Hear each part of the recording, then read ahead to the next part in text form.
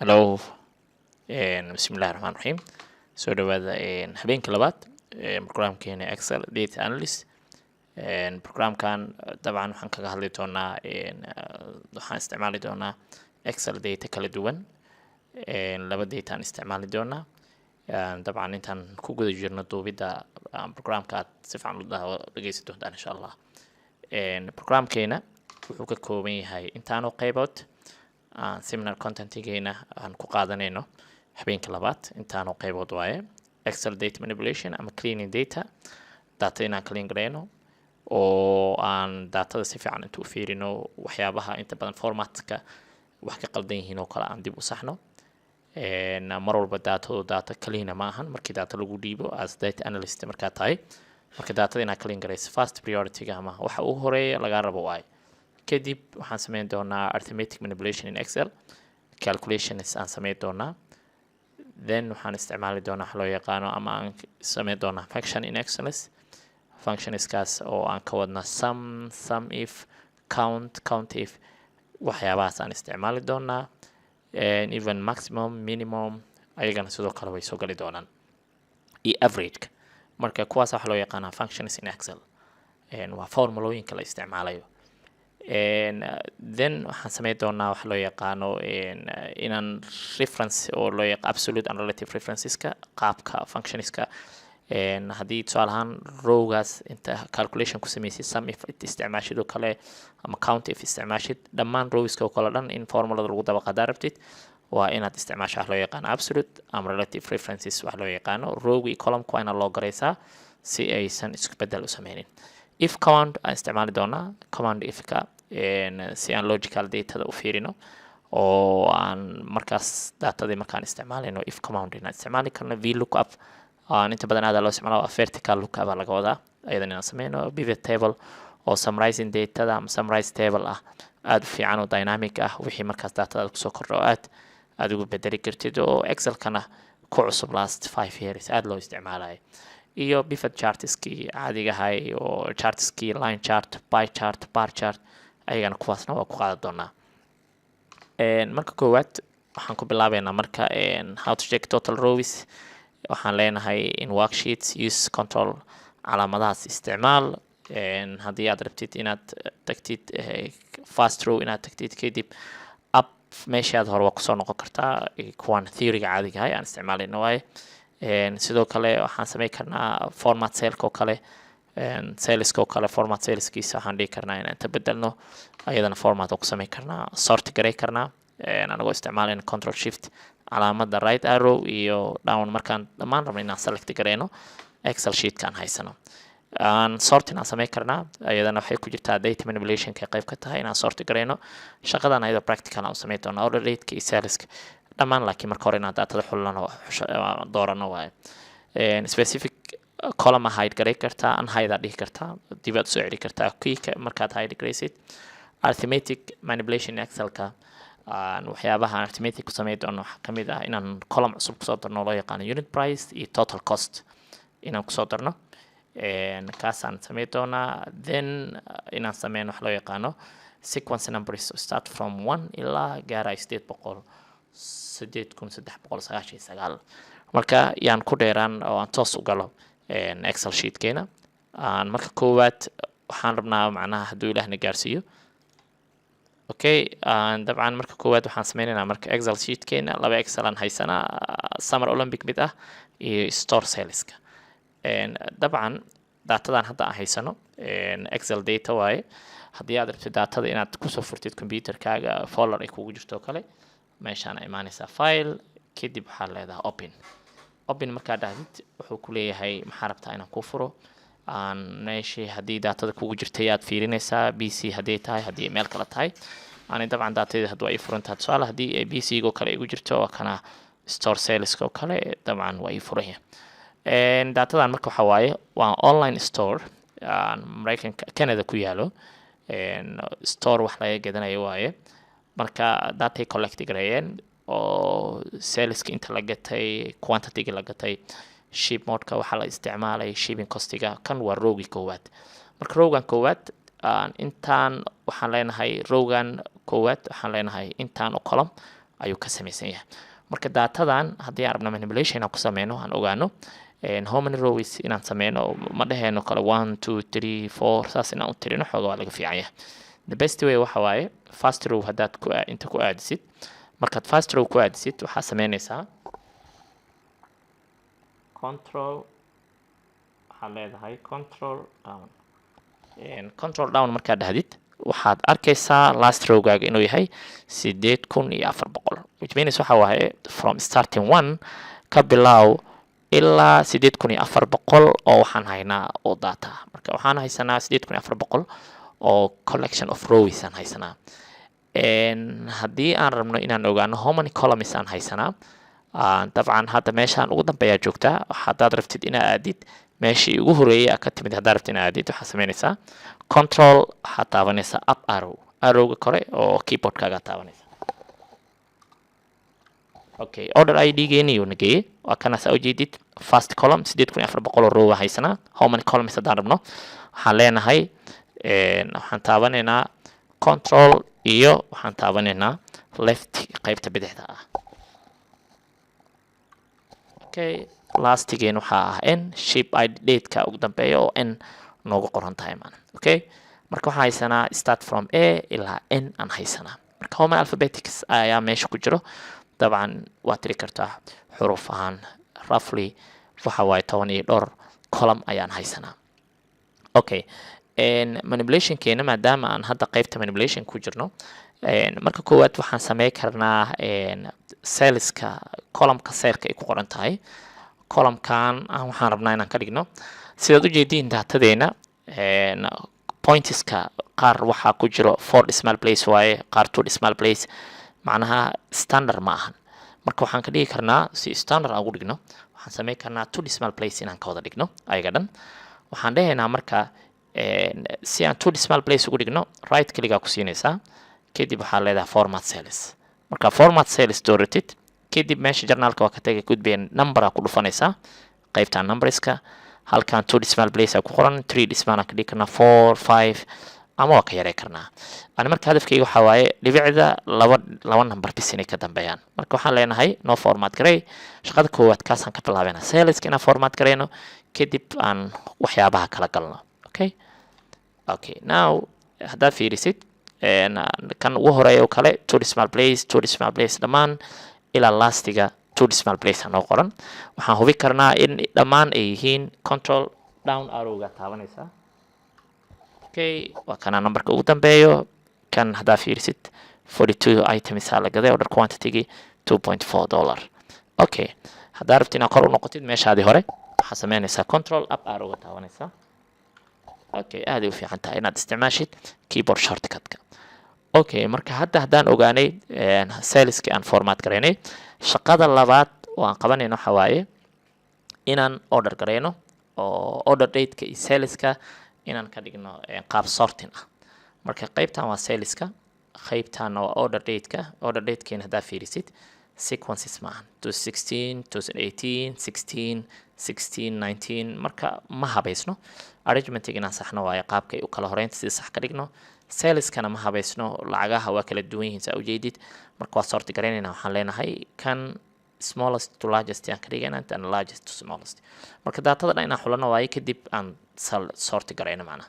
marka columnka koowaad imaanaysaa marka koowaad waxaa leedahay control shift calaamada bidixda ku daraysaa. okay marka waxaa leedahay control shift waa highlight garaysay dhammaan rowska oo dhan waxaa leedahay control plus shift plus waxaa taabanaysaa calaamada dhanka bidixda ah. haddana mar labaad control shift aa leedahay calaamada hoose oo down arrowga taabanaysa. okay control shift calaamada dhammaan tablekii oo dhan waa select garayn ilaa lastiga 8,400 haddaa ugu dambeysa ujeedid hadda hal mar ayaan select garay. waxaan imaanaynaa halkan ribbonka waaye home insert page layout formula data qaybta datada imaanaysa halkaan ku dhufanaysaa sort ku dhufanaysaa. marka sort dhahdid waxaan ka bilaabaynaa waxaan leenahay marka koowaad waxaan rabnaa order dateka in aan habeeno ayada order date aan taybana order dateka waxaan rabnaa from inaan ka bilaabno newest to oldest iyo maxaan kaloo haysanaa option kale from oldest to newest. waxaan leenahay kii ugu dambeeyay ilaa waxaan leenahay kii ugu horeeyay saasaan ka dhignay add value waa leedahay add level aa leedahay level aa ku daraysaa tidib waxaan leenahay columnka labaad aan rabnay inaan saxno sort garayno waa saleska waxaan leenahay the numberka waxyaabaha la gaday waa in laga bilaabaa from lacagtii ugu badneed largest to smallest waa in laga bilaabaan leenahay kadib labadan markaa sort garaysay waxaan dhahay marka koowaad tablekii oo dhan aan xushay marka control a ma dhihi kartid control a haddaad dhahdid waxaa waaye which means copy oo kale highlight garay dhammaan waa laakiin waxaa ka fiican inaad dhahdid control shift calaamadda dhanka bidixda dan control shift calaamadda down arrowga dhammaan tablekii oo dhan aa select garaysay kadib data dheh dan sort soo taabo kadib kana kuu soo baxaayo mar walba waa rabtid sortiska inaad wax kale kusoo dirto column kale cusub add value add level aan dhihi kartaa okay hadda add level dhaho kalaamid cusub ugu daro marka delete level aan dhahaa labadaan ay ugu filan labadoodii ayaan dib u habeenay waa kana haddaad ujeedid salesko kale hadday waxa waaye 115 hadda fiirisid order dateko kale to 16 well no had aad u fiican yahay datadan waa analyze garay karnaa ugu dambeyn aad u analyze garay karnaa qaybtan saleska markaa fiirisid ayadana 115,36 ayadana waa sort out aan ku sameynay from ayadana saasaan ka dhignay marka hadda waxaan sameyn karnaa si aan marka koowaad waxaan sameyn karnaa in aan hadda sortingka waa dhameynay columnyada qaar aan iska qari karnaa tusaale haddaan rabno inaan qarino column h iyo j iyo k waa iska qari karnaa waa kana h I j saddexdan column hal mar aan qari karnaa waxaan dhihi karnaa laga qari maadaama arabtida analysis markaa sameynayso columnyadan oo dhan hadda umada jeedi from a ilaa n aaday kugu qaadanaya waqtina inta soo jiita arrowga mar walba bidix midig u socotay noqonaysaa waa iska hide garay kartaa iska qari kartaa marka kana highlight garayna control aa leedahay marka control dhahdid kadib waxaa ku xijinaysaa id then j marka inta hal mar highlight garay saddexdan waxaa leedahay right click aa ku siinaysaa meeshaan waxaa waaye hadda unhide aan dhihi karnaa dabcan wuu noo soo celiyey haddaan rabno waa hide garay karnaa tusaale ahaan waxaa leenahay province-ga customer segment-ga product category-ga calaamadan ku dhufanaynaa waxaan leenahay hide garay wuu iga hide gareeyay marka waa kana markaa fiirisid dhammaan waa iga hide garaysan yihiin saddexdii shay haddaa rabtid inaad soo noqotid meeshaada hore inaad kusoo noqotid haddaa rabtid ama dib usoo celi sidoo kale make sure inaad dooratid haddaba kana waa hide garaysan yihiin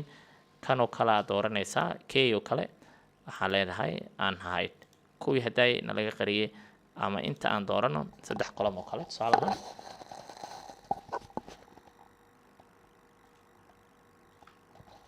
waxaan leeyahnaa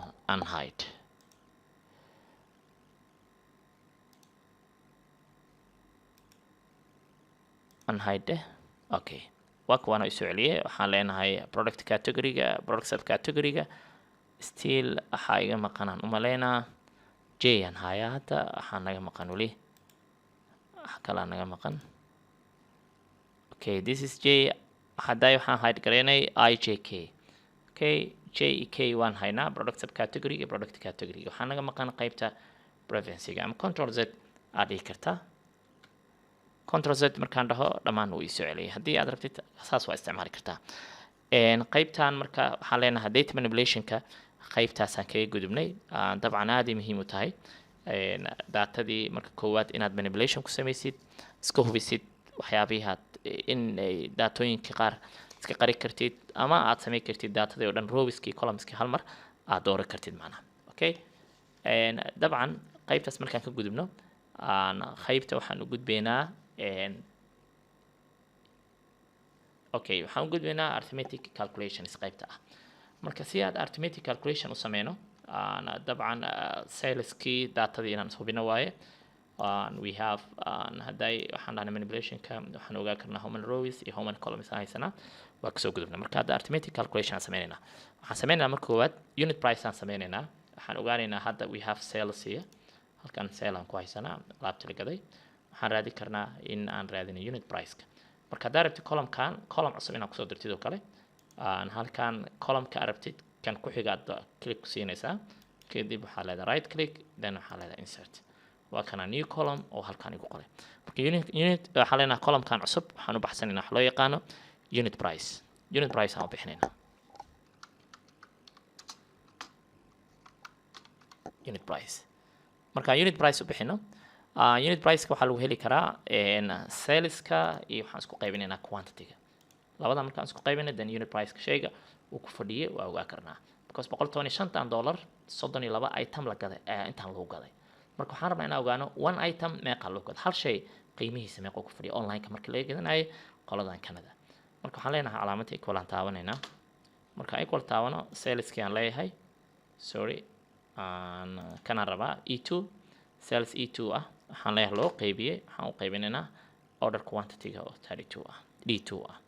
markaan isku qaybino unit price-ka uu nagu fadhiyay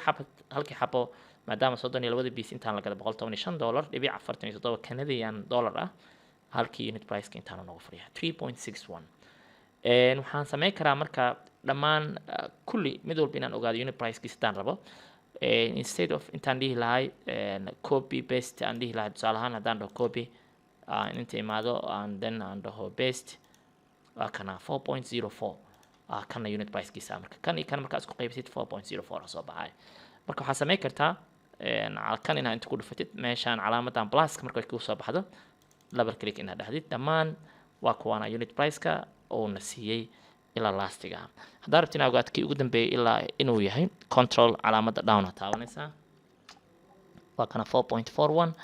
ugu dambeeyay unit price-ka ugu dambeeyay haddaa rabtid kii hore inaad noqotid control calaamadda up aad taabanaysaa okay marka unit price-keena waa sameynay marka unit price-ka markaan ogaano dabcan waxaan sameyn karnaa unit price-kan waxa waaye arithmetic calculation-keenu ku yimid oo column cusub aan kusoo kordhino meesha marka unit price-kan haddana waxaan sameyn karnaa inaan new column cusub ku darno oo aan sameyno waxa loo yaqaano total saleska inaan ogaano total saleska oo new column ah marka shipping cost-iga waa kan saleskii oo totalka ahay because each item 32 item markii la gaday $115 this is total sales waa marka shipping cost-iga waxaan rabnaa inaan ku xijino after shipping cost-iga column cusub inaan ku darno oo loo yaqaano total sales okay marka inta waxaan leeyahay insert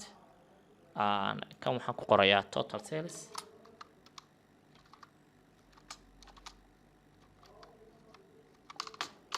okay total sales markaan ku qoro because of sales kan only waxa waa quantity-gii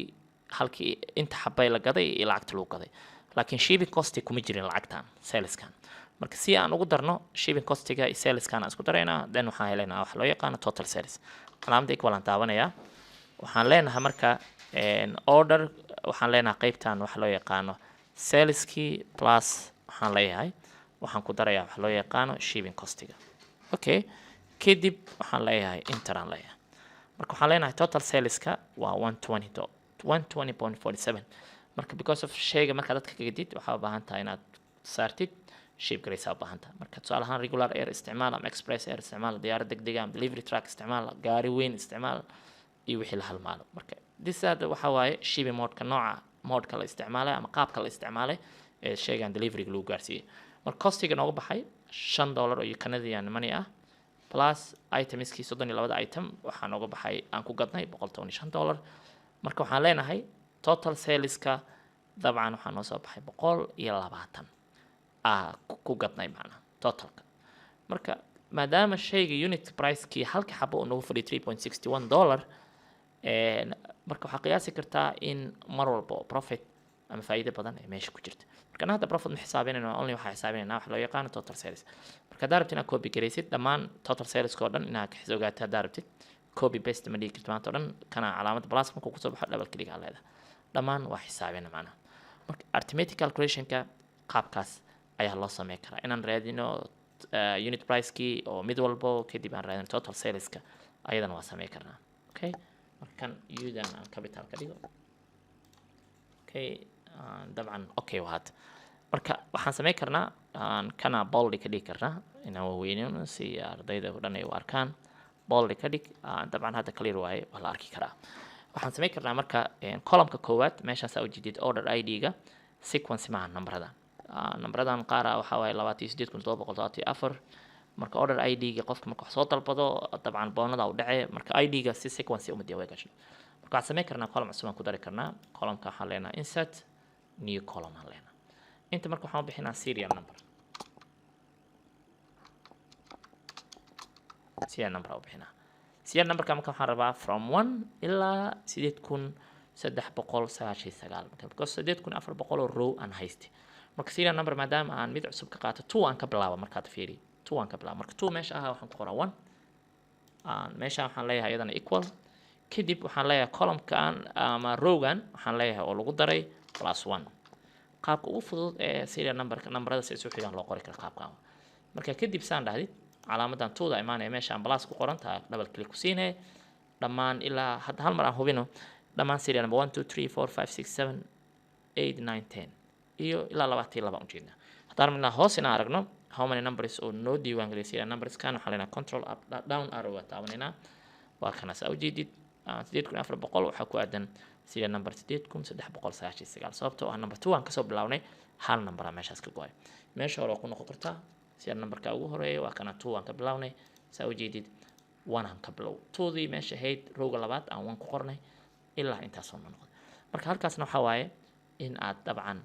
serial number column cusub aan kusoo daray intana column cusub aan kusoo daray unit price loo yaqaano inta waxaan sameeyay total series oo column cusub aan kusoo daray still waxaan ku jiraa qaybaha arithmetic calculationska ah in isku daridii isku qaybintii iyo dhamaan waan sameeyay macna marka waxaan sameeynaa rowgan haddaan hoos socdo rowgii koowaad waa iga qarsamay saa u jeedid marka rowgan waxaan sameyn karaa inaan phrasing ku sameeyo si haddaan hoos aado xataa uusan u qarsamin macna okay rowgan oo kala fiiri row 1 meesha noogu qoran tahay serial number order id order date order priority order quantity sales dhamaan hadda waa markaan cabaar jiido waa iga qarsamayaan marka si aad u phrase garaysid highlight garee marka koowaad kadib waxaad leedahay view taabo meeshaan view ku qoran tahay kadib meeshaan ay imaanaysaa phrase banners ay ku qoran tahay ama banners waxaa leedahay phrase top row marka hadda waa phrase garee haddaan si walba u jiido aan hoos u aado aan dabcan wax isbedelaya ma laha saa u jeedid row 1 meeshiisuu taagan yahay waxaana joogaa ogaw 730 ama 730 rowgii 730 aan joogaa row 1na wali waxba iskama beddelin waa phrase garee marka phrasingkaas wuxuu kaa caawinaa waxa waaye daatada markaa rabto inaad fiirisid in rowga koowaad shay walba wixii ku aadan aad si fudud u arki karto marka tusaale marka cabaar socotid total saleska column-kan maxaa waaye inaad dhahdaa imaanay marka inuu total sales yahay still kor uu kaaga muuqdaa ayagan qaabkaas aan u samayn karnaa in aan u xisaabino let's say arithmetic calculation keena waxaan rabnaa control down aan dhaho marka intaan waxaan rabnaa dabcan inaan kusoo darno column calculation inaan ku sameyno marka halkan waxaan leeyahay grand total aan ku qoraa grand total sales may inta aan ku qoraa grand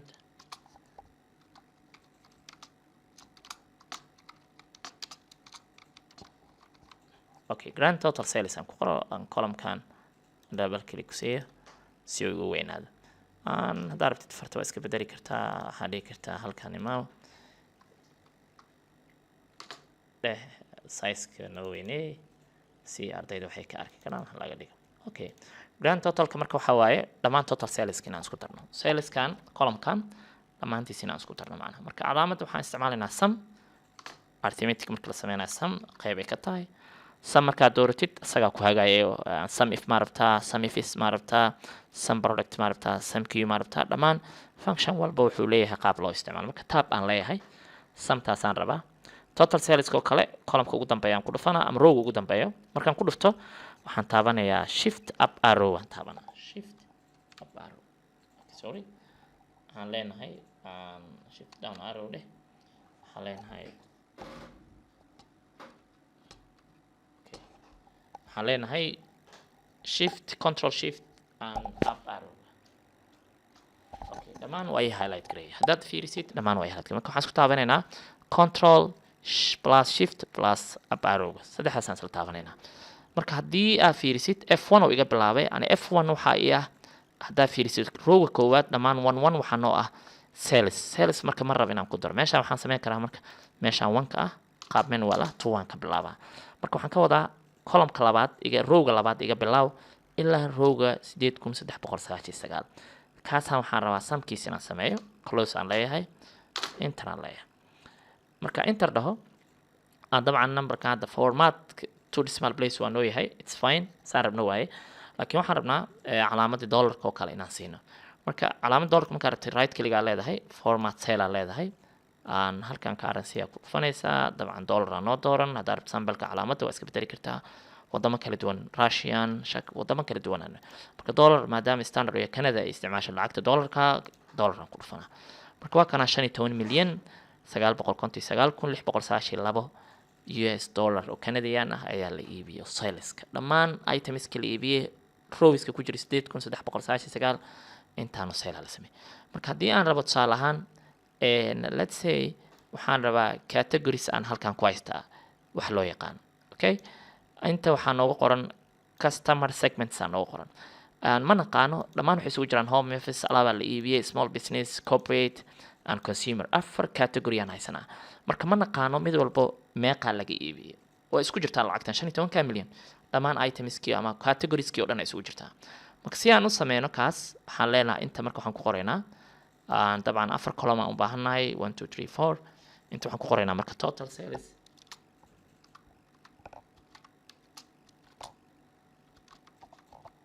kadib waxaan leenahay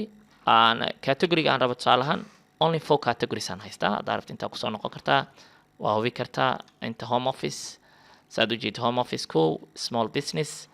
corporate iyo consumer afartaas category haysanaa marka afartoodii aan rabnaa mid walba inaan inta ku qoro okay inta waxaan leeyahay marka kan koowaad waxaan ka dhigaa home office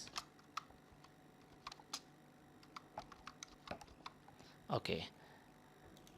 since marka maadaama only total sales ka mar labaad inaan qoro ma rabo copy aan leeyahay intaan ku dara paste inta igu dheh si lamida inta control v igu dheh si lamida inta control v magacyada base category-ga aan bedelaa marka kan labaad aan imaanaynaa kan labaad meesha home office kan oo ah طبعا waxaan ka dhigaynaa let's say small business waa kala hormari kartaa mid arabta ka dhigi kartaa small business aan dhaho kan aan imaado aan dhaho asagana corporate kan aan dhaho kan afraadna wuxuu noo yahay anaga dabcan consumer mooye okay marka waxaan sameyn karnaa sum if aan isticmaalayna markaan oo kale because of sum if waxaan isticmaalayna waxa wax kale ma ahan waxaan rabnaa kaliya inaan ogaano category-ga si gooni ah total sum sales kala iibiyay inaan ogaano rabnaa home office-ka marka waxaan leeyahay equal aan leeyahay sum if aan leeyahay oo isoo saarsaa ujeedid tab calaamada tabka taabanaysaa kadib waxaa leedahay dhammaan waxaa soo dooranaysaa marka waxaa imaanaya column-ka oo kana imaanaysaa okay column-ka inoo qoran tahay customer segment ay imaanaysaa okay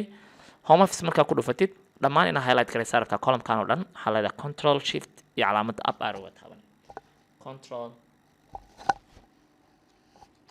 okay dhammaan waa highlight garayna hadda saa ujeedid dhammaan waa highlight garaysan yahay okay marka dabcan L1 marka bilaab rabno maadaama oo column-ka row-ga koowaad ay yihiin ay nagu qoran yihiin magacyadii waxaan leenahay kan comma aan leeyahay marka textualka marka isticmaalaysid inta badan quotational isticmaalaa double quotational isticmaalaa marka waxaan rabnaa waxa waaye home office inaan ka dhex raadino qaybta hadda aan select garay from L2 ilaa L8400 inaan ka raadiyo rabaa marka waxaan isticmaalaa calaamada double quotes aan isticmaalaa home waxaan ku qoraa home office spelling-kiina iska hubino waaye dabcan hadda office oo kale small letter aan ka dhigo ooda meeshaan oo kale hadda waa inaad isaga taxdirtaa spelling-ka ereyga si uu qoran iska fiiri hadda rabto imaanay home office waa kana capital dhammaan ejta waa capital oodana waa capital si aad hadhow uu error uu kugu soo saarin maxan okay marka home office oo kale waan ku qornay dabcan marka maadaama home office aan ku qornay waxaa noo dhiman marka saleska command lena qaybta saleskaan ku dareynaa marka saleska asagana waa dooranaa sababta waxa waaye total sales aan rabnaa inaan sameyno aan ka dhex sameyno from home office-ka marka category waa dooranay dan total sales-ka aan doorano inta imaanaysaa kliga ku siinaysaa kadib shift control up arrow waa leedahay okay isagana waa noo dooran yahay marka meeshaan F1 noo ah isagana waa iska saxeynaa waxaan ka dhigaynaa 2 noogu dhig bracket-ka noo xir marka hadda wuu noo dhamaaday dabcan waa sameynay home office-ka intaan dhaha marka okay fine hadda saa ujeedid total sales kala iibiyay waxaan leenahay waxa waaye 3 milyan marka hadda wali format sale aan dhaho si ardayda clear ugu arkaan number aan leeyahay to decimal place ay dooran okay aan leeyahay still lacagtii iga maqan aan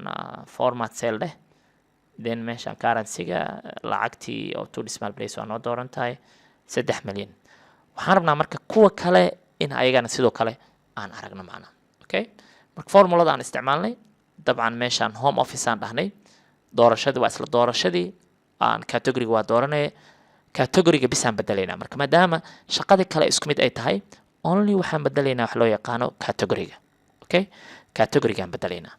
marka category-ga hadda waxaan dhahnay home office the second one waxaan leenahay small business oo u qoran yahay marka iska soo fiiri magaca qaybta customer-ka imaaw segmentiga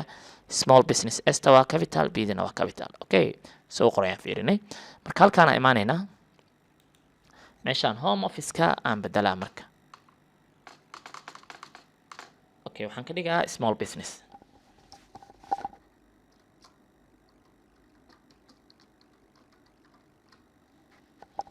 inuu isaxan yahay hubi small business inta kale isku mid ay ka yihiin macna okay marka actually column-kii hore aan ku noqday okay copy aan dhahaynaa marka si aan kan u isticmaalno waxaan leenahay control C kadib control V aan leenahay again control V aan leenahay shortcut aan isticmaalayna kana control V category-ga bisaan kala bedelaynaa sida hadda aan sameynay marka kan category-giisa maadaama inta kale isku mid ay ka yihiin inaad formulada mar labaad soo qorto waxaa ka fiican only category bedel category-ga aan rabno kan waxaa waaye small business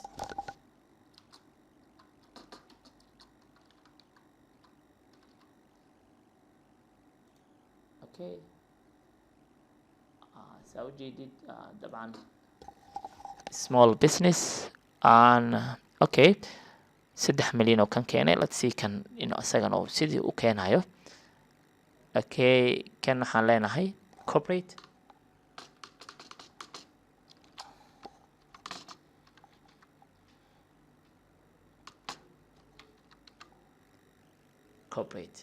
corporate soo qoran yahay iska fiirino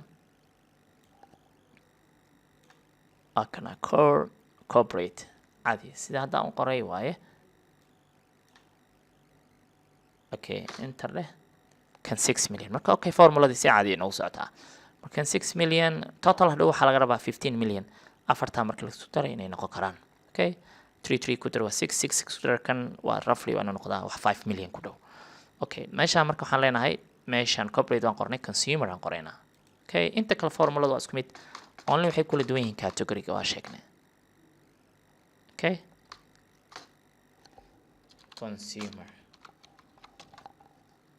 consumer waa noo saxaya haddaa rabti waa iskoobi kartaa consumer waa noo saxaya okay marka inta kale waa isku mid aan dabcan enter dheh okay dhammaan marka intaan la isku daro 3 ku dar 6 ku dar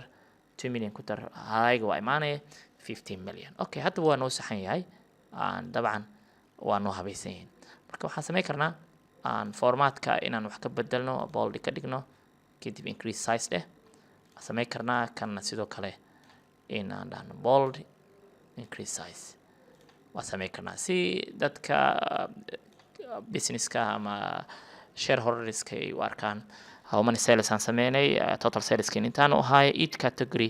maxaan ka helnay profit tusaale ahaan home office-ka yaa ugu badan marka meeshaan waxaan rabnaa inaan sameyno marka the maximum iyo minimum iyo waxaan rabnaa count if inaan sameyno okay because of waxaa imaanaya which item-ka ama waxaa leenahay category-ga ugu badnaa ee la iibiyey inaan ogaano waxaan ogaan karnaa category profitkiisa ama saleskiisa aad u yaraay waxaan ogaan karnaa count if count aan isticmaali karnaa totalka ama count inaan dhahno okay marka meeshaan equal aan leenahay max aan leenahay max capital u qor ama small u qor waa imaanaysaa iyada keligeed okay tab dheh max markaa dhahno afartaan aan dooranaynaa afartaan yaa ugu weyn aan ka wadnaa maana okay then bracket ka xiraynaa maana waxaan leenahay formatka markaa fiirisid dabcan 6 milyan kana ugu weyn iska sixi kartaa right click format cell leh meeshaan waxaan dooranaynaa dabcan currency-ga dabcan intaan ka dhig 6 milyan ugu weyn minimum yaa dabcan min tab dheh kadib afartaan dooro yaa ugu yar 2 milyan kana ugu yar dabcan waa loo jeedaa laakiin in calculation in lagu soo saaraa fiican. Okay, countiga inaan count gareyno waa dhigi karnaa count tab dheh dabcan 4 xabo waaye keliya inta close dheh. Okay, 4 items waa marka waxaan leenahay dabcan labadan formatkooda format cell leh currency dheh to decimal place fine. Okay, currency dheh format cell dollar ka dhig kana 2 million and 6 million marka maximum intaan ano minimum average kan raadi karnaa marka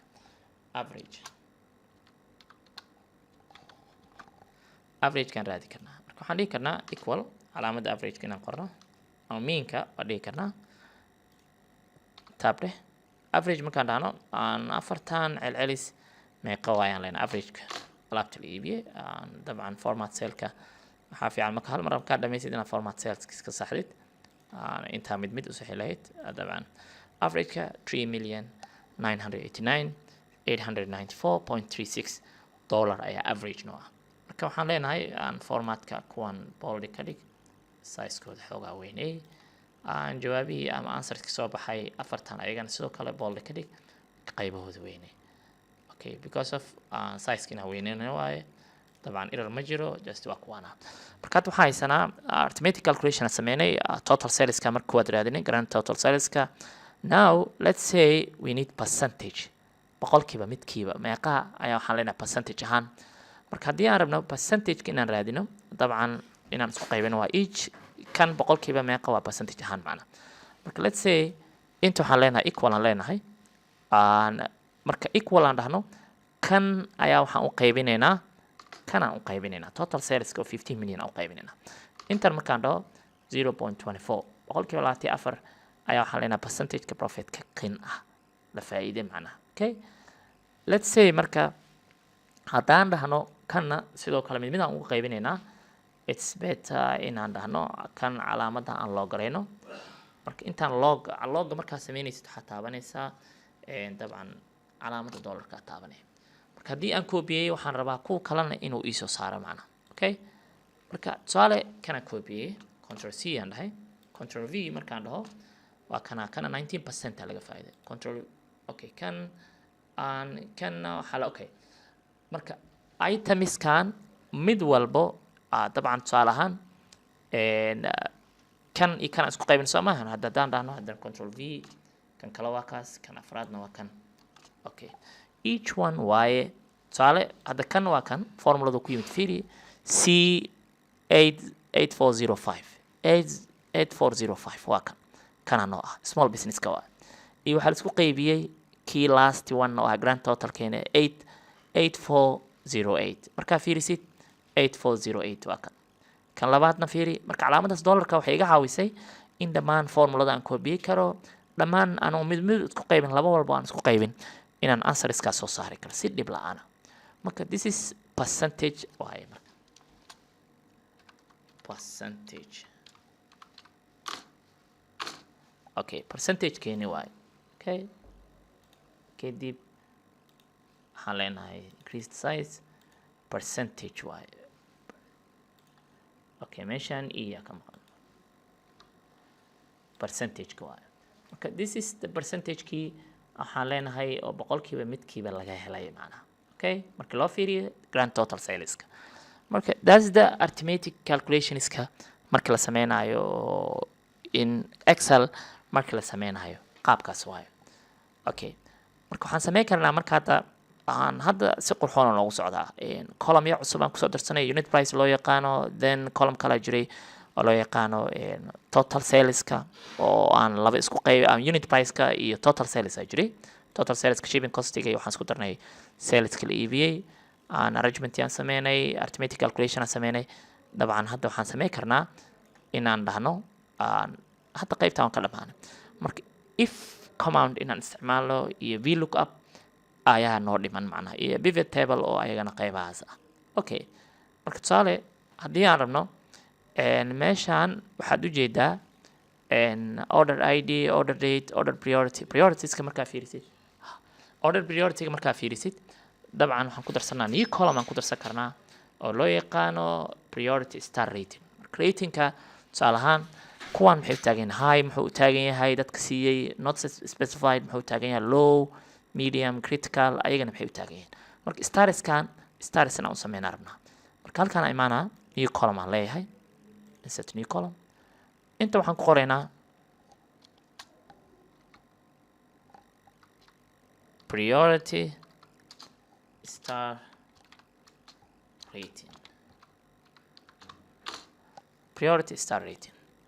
marka inta priority star rating ku qoro marka if command aan isticmaalina okay if command markaan isticmaalno marka waxaan dhihi karnaa dabcan halkaan waxaan taabanaa equal inta waxaan leeyahay if tab dheh kan waxaan leenahay high-gan markii uu yahay just let's say marka haddii uu high kan noo yahay waxaan leenahay marka waxaan leenahay kan hadduu la mid yahay marka waxaan leenahay maadaama texture aan qoray high aan qora high say u qoran tahay kaas qoraa quotationka ama double quotationka xir kan markii high aan helo waxaan rabaa inaan siiyo double star marka comma aan leeyahay haddana waxaan furaa texture maadaama ay tahay markay number tahay looma baahna calaamada double quotationkan markay just tahay ay tahay textual ay tahay qoraal ay tahay marka double star isiiyaan leeyahay marka double star isiiyaan leeyahay wax walbo high ah double star si wax walbo aan high ahayn haddii let's say high ma ahan high ma haysanaba marka waxaan siinaynaa wax walbo aan high ahayn waxaan siinaynaa let's say inaan dhahno let's say 1 star aan siino shayga hadduusan high ahayn 1 star aan siino okay marka just bracket close the bracket ka xireynaa conditionkayga inta waxaa waaye haddii columnkan d2 oo la mid yahay high waxaa siisaa double star else haddii kale 1 star iyo wixii soo haro intana dhaha marka fiiri meesha markaa fiirsid high waaye 2 star la sii haddii aan hal mar soo jiido 1 star la sii low else waaye again low kale else waaye marka double click haddaan dhaho meesha markaa fiirsid dhammaan criticalka fiiri high 2 star 2 starska marka inta waxaan u jeednaa priority star ratingka dadka high siiyey high-ga inta ahayd ayaa aad criticalka kasii badan 3 stars waa dhihi karnaa criticalka wax walbo nesting if waa inaan isticmaalnaa another if kale inaan isticmaalno waayo haddii kan uu jirina waxaan leenahay kan wax walbo critical ah kaas noo sii macna else 1 star sii waa dhihi karnaa marka inta aan dhahno ama vlookup aan isticmaali karnaa dabcan vlookup aan noogu xigto iftan haddii aad formuladan kugu dheerta oo kale waxaa isticmaali kartaa wax loo yaqaano vlookup ayaa isticmaali kartaa si aad u analyze garaysid xogtaada macna let's say iftan aan isticmaalnay dabcan waxaan rabnaa marka inaan hadda ayadoo vlookup la isticmaalayo starskan inaan bixi karno macna okay marka kan aan iska diro aan control okay aan leenahay control shift okay let's delete column kan aan iska diro okay delete entire column aan dhaho okay hadda mid cusub aan geliyo marka waxaan leeyahay saddex column aan gashanaa marka vlookup saan u isticmaalo marka table inaan sameeyo laga rabaa condition uu leeyahay vlookupka table aan rabaa inaan sameeyo marka waxaan xulanaa kan control aan qabanaa calaamad controlka iyo kan halkan kan ugu dambeeya imaanee saddex column hal mar gelinaynaa okay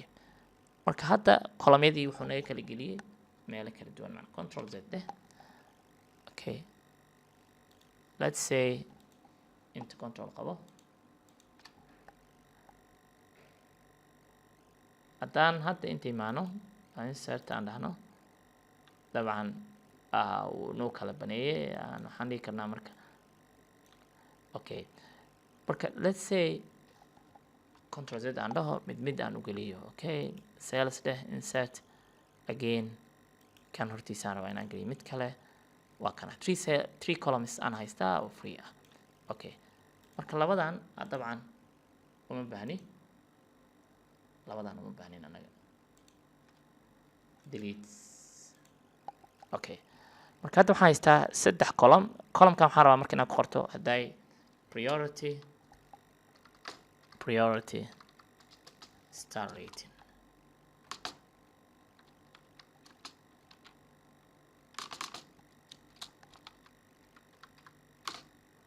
okay priority star rating let's say inta priority star rating aan ku qornay marka inta waxaan rabaa let's say okay order priority-ga marka low hadduu yahay yaan rabnaa inaan sameyno marka kan waxaa moodaa inay wax naga soo dhex galeen okay meesheeda hore aan ku noqdo marka waxaan rabnaa saleskan order quantity-ga ma rabo order priority-ga aan rabaa next column-ka inaan ka dhigano macna marka inta aan dhaho insert again inta aan imaado insert aan dhaho another one inta aan imaado insert aan dhaho marka hadda waxaan rabaa inta inaan ku qoro dabcan priority star rating wax loo yaqaan inaan ku qoraan rabaa okay marka inta aan ku qoro priority star rating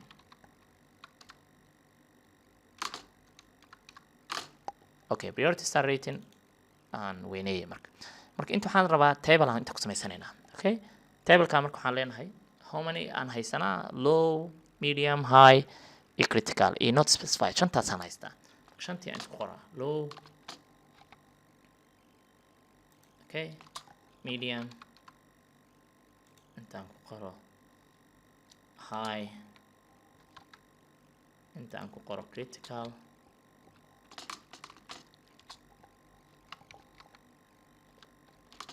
magacyadan say u qoran yihiin waa inaa u qortaa haddii capital ku bilaado capital ku bilaado si hadhow aan soo aqri karna macna okay not specified qofkan waxba ma sheegin oo ka aamusa okay waxaan rabaa wax walba low ah inaan siiyo 1 star medium ka saga inaan siiyo 1 star high hadduu yahay 2 star inaan siiya rabaa haddii critical uu yahay isaga ugu badan 3 star aan siiya not specified ayadana waxaan siinaynaa 1 star okay kaasaan rabnaa marka inaan ku base gareyn logicalkan inaan ku base gareynaa rabnaa okay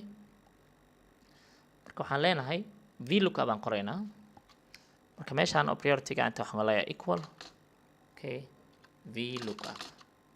okay tab dheh oo ku soo baxday kan hadduu yahay waxaan leenahay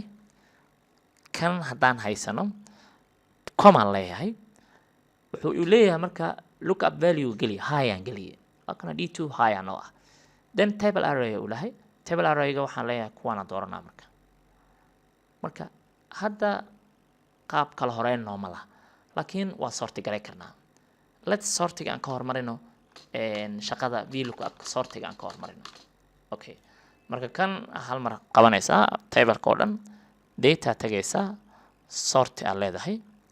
aan meeshaan jega ka qaadaysaa my data has header ma laha datadeena aan column waxaan leenahay marka kan intuu noo yaalaa marka fiiri fy column fy marka column f aad dooranaysaa datadeena hadda header ka qaad okay column f noo door waxaan leenahay from a to z waa kana marka critical ugu horeeyo high ku xigo low arrangement u sameysana fiican marka hadda vlookup aan sameyna marka v equal aan leeyahay vlookup tab aan leenahay waxaan leenahay column-kan oo d2 ah comma table array-gan ka iga baaraan leeyahay okay because of waxaan ogahay high inuu 2 star yahay marka 2 star aan rabaa inuu hadhow ku bilaabo okay table array-ga markaan taabto waxaan leenahay high column-kee ku jirtaa marka column-ka labaad ku jirtaa 2 aan taabanaa comma aan leeyahay marka wuxuu leeyahay true approximate match waaye false exact match marka exact match aan rabaa inaan match gareeyo si sax false caadi aan qoraa marka aad aragtid kana taabanaysaa okay waxaan leenahay marka false inaan qorno oo capital ah ayaa fiican macna okay bracket-ka noo xir marka condition-keena hadda waa dhameynaa marka vlookup wuxuu ahay logical value geli table-ka geli kadib column-ka aad kasoo aqrinaysa sheeg haddaa rabto exact match haddaa rabto false taabo intaan dhahaa marka 2 star oo igu bilaabaysa hadduu jeedid haddaan hadda dhaho kan aan soo jiido 1 star waaye not specified haddaa aan sheegay waa kan 1 star waaye low 1 star aan ka rabaa critical markii la gaaro fiiri okay wait haddaan dhahno marka okay problemka halkuu ka jiraa aan ku noqdo marka inta la joogay okay waa inaan loo garaynaa marka log inaan sameyno waa because log haddaan loo garayn hadday waa loo garaynay markii aan percentage ka sameynaynay waa inaan loo garaynaa marka meeshaan calaamad waxaan gelinaa dollar sign ka hor iyo kadib row iyo column waxaan rabaa inaan loo gareeyo qaybtan jiidana sidoo kale dollar sign iyo geli row iyo column marka hore ka marisid xarafka rowga gelisay marka hoos ka marisidna column-ka gelisay intaan dhahaa marka hadda halkaan markaan loo gareeyo intaan leenahay hadda marka fiiri haddaan formulada koobiyeeyo kana wax error iyo soo saaray saa u jeedid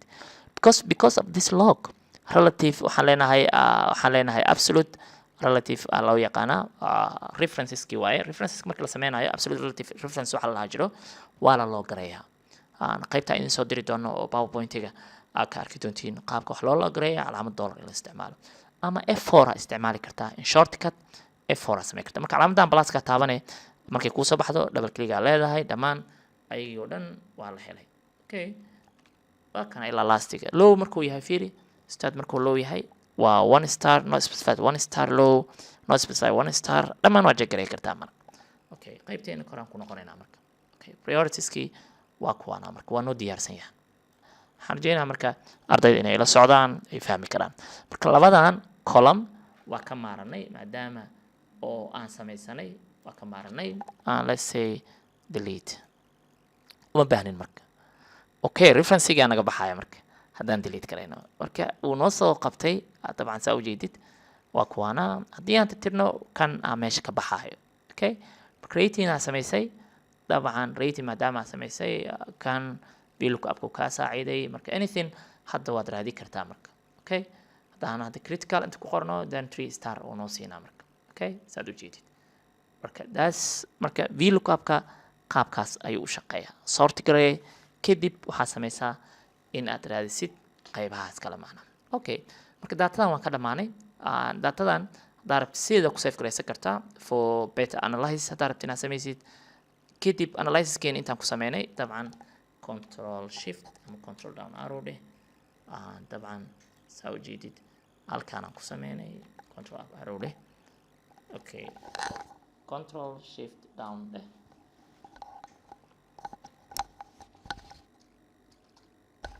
okay marka hadda daarabna waxaan imaan karnaa waxaan dhihi karnaa hadday waa ujeedeen waxaan dhameynay arithmetic calculation isaan sameynay waa kuwana percentage aan raadinay home properties key home office key small business categories key each one sales kala iibiyay maximum minimum count and average ayagana waa sameynay marka hadda waxaan fahmnay functionska waa fahmnay functionka waxaa kamid ahaa if iyo VLOOKUP HLOOKUP waa jirtaa ayadana tii hadda markaan vertical ka dhignay vertical lookup and horizontal ka dhigi karnaa critical key kuwi inaan horizontal ka dhigno HLOOKUP isticmaalno same procedure wax ay ku kala duwan yihiin malaha HLOOKUP-ka iyo VLOOKUP-ka ayaga waxay ku kala duwan yihiin malaha marka datadan sida u save garay karnaa haddaan rabno for better practice ardayga markuu daawado wuxuu sameyn karaa datadii originalka la siinaa store saleskan